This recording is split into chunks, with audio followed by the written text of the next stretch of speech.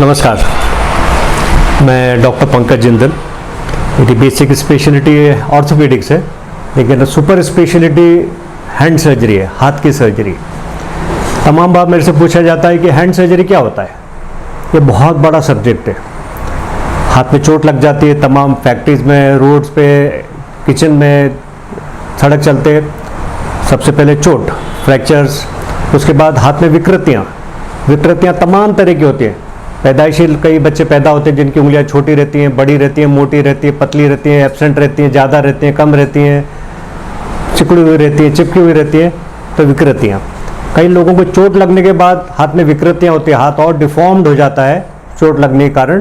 तो उन विकृतियों को ठीक करते हैं जिससे कि हाथ काम करने लायक हो जाए। तीसरा ग्रुप आता है जिसमें हाथ में पैरालिसिस हो जाता है।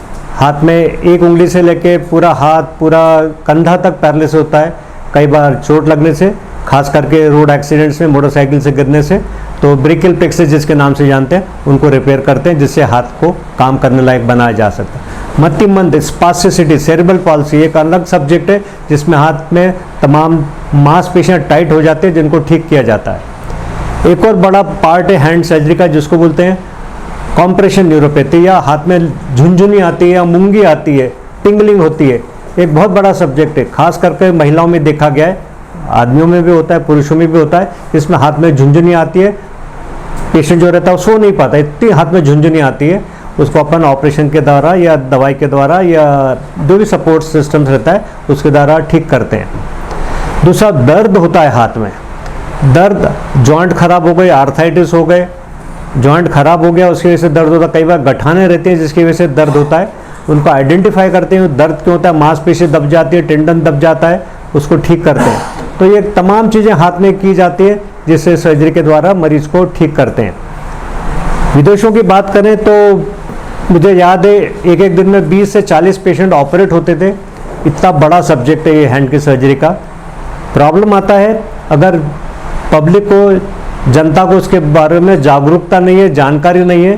तो मेरे को बहुत इच्छा है कि इसकी जागरूकता पब्लिक तक पहुंचे जिससे कि तमाम लोगों की जो शिकायतें मैंने अभी आपको बताई है दूर की जा सके। फिर मेरे से पूछा जाता है हैंड सर्जरी इंडिया में भी होती है, विदेशों में भी होती है। मैंने ऑर्थोपेडिक्स में 3 वर्ष निकाले थे, लेकिन हाथ की सर्जरी सीखने में मुझे 5 वर्ष से ज़्यादा का समय लगाया। तो जितना ऑर्थोपेडिक्स में नहीं लगाया तो उससे ज़्यादा समय हैंड सर्जरी में लगाया। कहाँ सीखा? सबसे पहले मेरा जाने का मौका मिला फ्रांस में। शहर उस वक्त के जो सबसे बड़े बड़े हैंड सर्जन्स हैं फ्रांस में, उनके साथ मुझे काम करने का मौका मिला। उसके बाद स्विट्ज़रलैंड में गया, उसके बाद अटलांटिक के दूसरी तरफ जाने को मिला, मेरे को अमेरिका में जाने को मिला। तमाम वर्ष तक अमेरिका में रहा, जहाँ पे उस वक्त के बेहद फेमस जो हैंड सर्जन्स हैं उनके साथ काम करने को मिला। 1991 में 1991 में देश में आया, पूना में अपनी प्रैक्टिस स्थापित करी। तमाम पूछा जाता है मेरे से कि देश में प्रैक्टिस करना विदेश में फ़र्क क्या है। जो प्रॉब्लम, एक लिमिटेशन आ रहा था वो था रिहैबिलिटेशन का। सर्जरी के बाद मरीज़ की जो देखभाल करने के लिए एक दिन देखा, 2 दिन देखा, 4 दिन बाद मैंने बोला ये वर्कशॉप मुझे ही बनाना पड़ेगा और मुझे ही चलाना पड़ेगा। तुरंत बाज़ार में गया, जो भी मशीनें लगती हैं वो सब तुरंत लेके आया। आपको सुन के आश्चर्य होगा, दिन भर सर्जरी करता हूँ, शाम को वर्कशॉप पे काम करके वो स्प्रिंट्स बनाता हूँ जिससे कि मरीज का रिहैबिलिटेशन कर सके। अब रिहैबिलिटेशन कोई सस्ता नहीं है, लेकिन आपको सुन के मुझे कम से कम बोलते हुए अच्छा लग रहा है कि रिहैबिलिटेशन का पार्ट जो मैंने टोटली फ्री कर दिया है। क्योंकि जो भी स्प्रिंट्स जो भी बनाता हूँ वो खुद बनाता हूँ, बहुत सस्ती बन जाती है, 1/100 हिस्से में बन जाती है और इतनी अच्छी बनती है कि कई जो विदेशी लोग यहाँ देखने आते हैं, अरे ये तो हमारे देश में भी अवेलेबल नहीं है। तो जो अपने देश में बनता है मेड इन भारत, तो मेक इन इंडिया वो चल रहा है अपने देश में और अपने शहर में, पूना में। और मेरे घर पे बहुत अच्छा वो बड़ा डिपार्टमेंट मैंने स्थापित कर लिया है। ये सब करने में मेहनत लगती है, लेकिन जो सबसे ज़्यादा ज़रूरी चीज़ है, ये चोटें जो लगती हैं वो गरीब लोगों को बहुत लगती हैं। तो पिछड़ा वर्ग जो है, गरीब लोग हैं, उनको भी प्रॉब्लम आता है। शहर का आदमी तो ढूंढ लेता है, लेकिन गांव वालों का क्या? पिछले 26-27 वर्षों से मैं विदेशों से जो ट्रेनिंग के बाद आने के बाद गांव में जाके जो गरीब लोग हैं, पिछड़ा वर्ग है, उनकी भी सेवा करता हूँ टोटली फ्री। फिर लोग पूछते पैसा कहाँ से आता है, दानशूर लोग आ जाते हैं, रोटरी क्लब आ जाता है, जायंट्स इंटरनेशनल आ जाता है, पूना से पूना अग्रवाल क्लब मिल जाता है, पैसा आ जाता है। टोटल सर्जरी जो करीब 50 लाख से 1 करोड़ की होनी चाहिए वो मात्र 2-3 लाख में हम कर लेते हैं। ब्रांडेड दवाइयों के साथ हाईली क्वालिफाइड लोग मेरे साथ रहते हैं। शहर में अगर एनेस्थीसिया का एक डॉक्टर एक टेबल पर रहता तो मेरे साथ 2 एनेस्थीसिया के डॉक्टर रहते हैं, क्योंकि सेफ्टी बहुत ज़रूरी है हमारे लिए। सब ब्रांडेड दवाइयाँ रहती हैं, वो पिछले इतने सारे वर्षों से जा रहे हैं। एक मरीज को अगर 2 सर्जरी करने की ज़रूरत है तो पहली सर्जरी के बाद अगले साल वो ध्यान से रखता है कि इस तारीख को मेरे को इस जगह पे वापस आना है, क्योंकि मेरी पहली सर्जरी बहुत अच्छी हुई थी। तो ये हमारा सक्सेस का जो सर्टिफिकेट है वो मरीज ही हमको देते हैं, नहीं तो अगर कोई बिगड़ जाएगा तो दूसरी बार नहीं आने वाला। तो गांव में भी कर रहा हूँ और मेरे को अच्छा लगता है ये बोलते हुए कि मेरे पिताजी ने माताजी ने अच्छे टीचर्स जो मिले उनको उन्होंने बहुत अच्छी शिक्षा दी और मैं बहुत खुश हूँ ये सब कर पा रहा हूँ। मजदूरों का जो इलाज होता है 2 तरीका रहता है। एक तो डायरेक्टली फैक्ट्री का जो एम्प्लॉयर है वो मरीज़ को लेके आ जाता है, उनका इलाज हो जाता है, जिसका भी अच्छा हो जाता है। एक दूसरा जो चीज़ अपन कर सकते हैं और सरकार कर सकती है वो है जो कामगार बीमा योजना है, ESI डिपार्टमेंट है, वो मरीज़ों का इलाज भी हैंड सर्जन करें तो मरीज़ का बहुत फ़ायदा होगा। मरीज़ का जो रिहैबिलिटेशन है वो बेहतर रहेगा।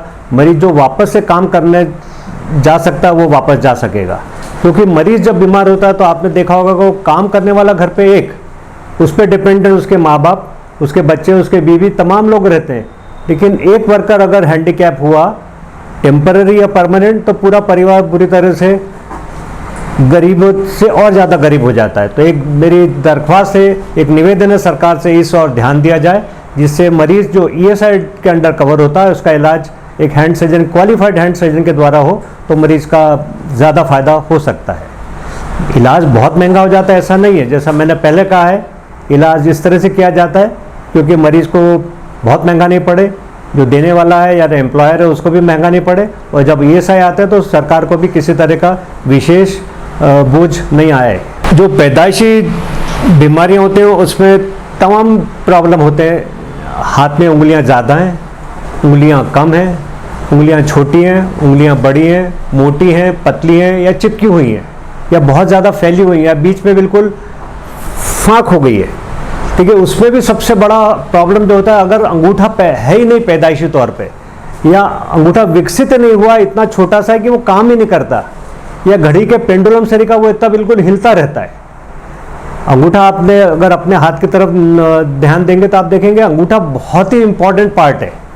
तो उसको अंगूठे को वापस से नया बनाना या पूरी तरह विकसित नहीं तो उसको पूरी तरह विकसित करना या सर्जरी के द्वारा नया बनाना एक बहुत ही चैलेंजिंग ऑपरेशन है।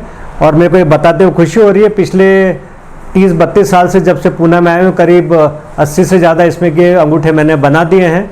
और मुझे याद आता है तमाम वर्षों पहले एक NRI हिंदुस्तानी जो अमेरिका में रहते थे वो ढूंढते ढूंढते यहाँ पर आए थे, उसका अंगूठा बनाया। जब अंगूठा बनाने के बाद वापस से अमेरिका को गए थे, वहाँ के बच्चों के डॉक्टर ने ये तो सर्जरी अमेरिका में भी नहीं हो सकती। वो बहुत ही अच्छा खुशी का मौका है। अभी इतने 20 साल हो गए, लेकिन लड़की भी अभी काफ़ी बड़ी हो गई है, लेकिन सक्सेसफुली अपने नया अंगूठा तैयार किया था उसमें। पिछले 3 दशक से ज़्यादा समय से जब से मैं पूना में रहा हूँ तब से करीब 30,000 से ज़्यादा लोगों के ऑपरेशन में कर चुका हूँ। आज भी कोई आता है तो मैंने बोला मेरे पास किसने भेजा, तो बोला आपने उसका 4 लोगों के नाम बता देते हैं जिनका आपने ऑपरेशन किया। मेरे को लगता है हे भगवान, इतने गिनती एक करते हुए ये बहुत बड़ा कारवा बन गया और 30,000 से ज़्यादा लोगों की सर्जरी इस शहर में मैं कर पाया हूँ। मैं फ़िलहाल अभी 2 जगह ऑपरेट कर रहा हूँ, तमाम जो हॉस्पिटल में मेरा अटैचमेंट है, लेकिन समय के अभाव में मैं तमाम जगह जाने की बजाय 1-2 जगह ही अपना सेवाएं देता हूँ। एक है रत्ना हॉस्पिटल सेनापति बापट रोड पे और दूसरा है संजीवन हॉस्पिटल करवे रोड पर। मेरे को पिछले 30 वर्षों में पूछा जाता है, एक से एक चीज़ें याद करता हूँ तो लगता है अरे ये भी हो गया क्या। याद आता है 1900 जब प्रैक्टिस शुरू करे, शायद 1 वर्ष ही हुआ था, एक 8 वर्ष का बालक आया था जो उसका हाथ कंधे से कट के अलग हो गया था। कंधे से कट के अलग हो गया था, कट के अलग हो गया था मतलब उसका पिताजी उसका कटा हुआ हाथ एक थैली में रख के लाया था। 1 घंटे के अंदर ही वो व्यक्ति तमाम हॉस्पिटल में जा चुका था ये सुन के कि नहीं हो सकता है, देखिए उसने भी अपनी हिम्मत नहीं छोड़ी, और मुझे याद है 7 बजे वो मरीज़ अपने बच्चे के साथ कटा हुआ हाथ थैली में रख के लेके आया था। 7:05 में वो कटा हुआ हाथ, मुझे अभी तक एक एक क्षण याद आ रहा है, वो कटा हुआ हाथ ऑपरेशन थिएटर में था। सुबह 6 बजे तक, यानी कि 11 घंटे तक नॉन स्टॉप ऑपरेशन किया था। शायद 1993 की बात है, 93 की। आज की तारीख में वो मोटरसाइकिल चलाता है, लिखता है और शर्ट पहन के रखता था, किसी को मालूम भी नहीं है कटा हुआ हाथ है। इतना अच्छा फंक्शन है, इतनी अच्छी मुट्ठी बांध लेता है, खोल लेता है, कलाई चला लेता है, ताकत आ गई है उसकी। ये एक। उसके बाद तो इसमें की तमाम कहानियाँ जुड़ चुकी हैं। दूसरा याद आता है, प्रैक्टिस जब शुरू करती है 1991 में, पहला व्यक्ति था जिसके 14 ऑपरेशन हो सकते थे, और अनफॉर्चुनेटली सब ऑपरेशन एक के बाद एक सब फेल हो गए थे। मुझे याद आता है वो प्रैक्टिस का मेरा पहला पेशेंट था, पहला पेशेंट, और मेरे को लगा हे भगवान, शुरू भी यहाँ से किया है मैंने। उसको एक सर्टिफिकेट मिला था, ये 100% डिसेबल्ड है, इसका कोई इलाज नहीं हो सकता, उसको छोड़ दो।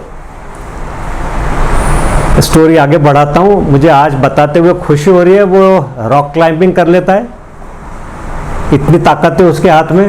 तमाम वर्षों तक अमेरिका में रहा है, एक बहुत बड़ी हवाई जहाज की कंपनी में चिप बनाता था। जब मैं उसको ढूंढने गया था, उसका घर टूट चुका था, क्योंकि बंगले में रहता था, फिर वो टूट के मल्टी स्टोरेड बन गई, तुम घर भी नहीं मिला उसका। और कहाँ मिला? फेसबुक पे।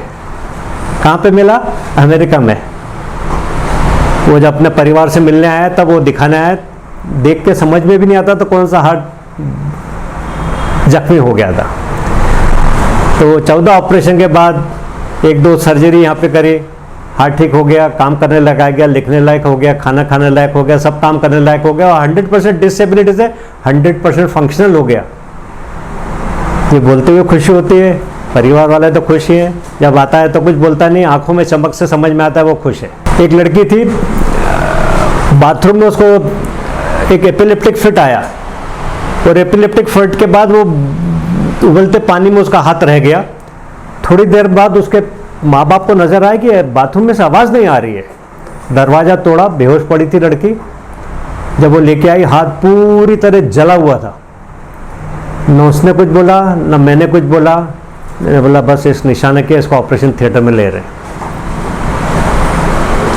करीब 1 वर्ष लगा, उसकी माँ उसको लेके आती थी अपनी बेटी को, तमाम ऑपरेशंस हुए। ये बताते हुए खुश होती है, एक बहुत इस अच्छे जॉब पे है लड़की। 30 वर्षों से ज़्यादा समय से मैं पुणे शहर में कार्यरत हूँ।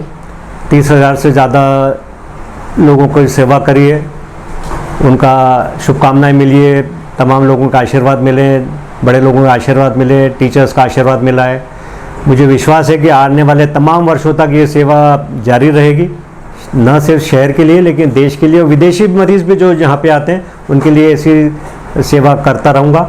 और गांव में जाके खास तरह से जो बहुत गरीब लोग हैं, जो ज़रूरतमंद हैं लोग, उनकी भी सेवा करने का मुझे मौका मिलता रहेगा, ऐसा विश्वास है।